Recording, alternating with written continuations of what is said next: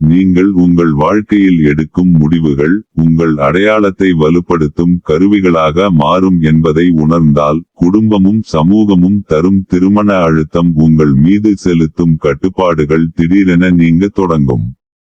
இந்த அழுத்தத்தை ஒரு எதிரியாக பார்க்காமல், உங்கள் உள்நோக்கத்தை தெளிவுபடுத்தும் ஒரு கண்ணாடியாக பயன்படுத்திக் கொள்ளும் திறன் வந்தால், உங்கள் உறவுகள், உங்கள் அமைதி, உங்கள் தேர்வுகள் அனைத்தும் வேறு திசையில் நகரும்.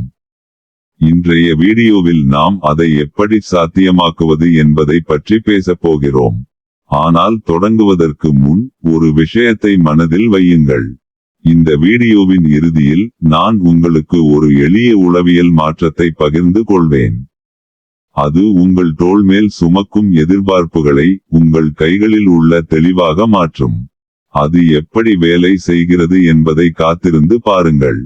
இப்போது நாம் மெதுவாக, ஆழமாக இந்த அனுபவத்தின் மனவியலை புரிந்து கொள்வோம்.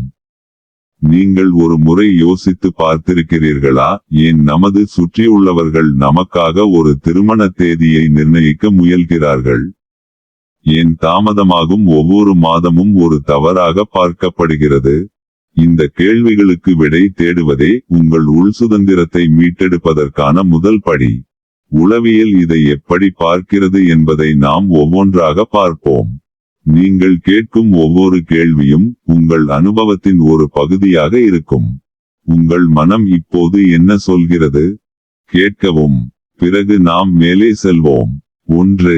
மனித மூளை சமூக ஒத்துழைப்புக்கு இயற்கையாகவே வடிவமைக்கப்பட்டுள்ளது.